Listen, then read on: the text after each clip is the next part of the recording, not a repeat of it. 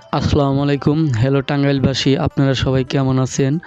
আজকে আমি চলে আসছি উত্তর টাঙ্গাইলের ভরপুর উপজেলার নিকরাইল হাটে বিকেলবেলায়। আসলে কি বলবো, আমাদের গ্রামীণ হাটগুলোর অন্যতম একটি আকর্ষণ সেটা হলো আমাদের ছোটোবেলায় আমরা যে খাবার দাবারগুলো খেয়েছি, সেই খাবার দাবারগুলোর মধ্যে অন্যতম হলো খাজা, গজা, জিলাপি, চানাচুর, বিস্কিট, কটকটি, বাদাম টানা, তিলের টানা, ছানার টানা, সন্দেশ ইত্যাদি, বুট ইত্যাদি খাবারগুলো অন্যতম। আজকে তাই হাটে চলে আসছি। এই খাবারগুলো যদি না খাই বা না দেখি তাহলে কেমন লাগে, মনে হয় শৈশবটাই আমার বৃথা লাগে।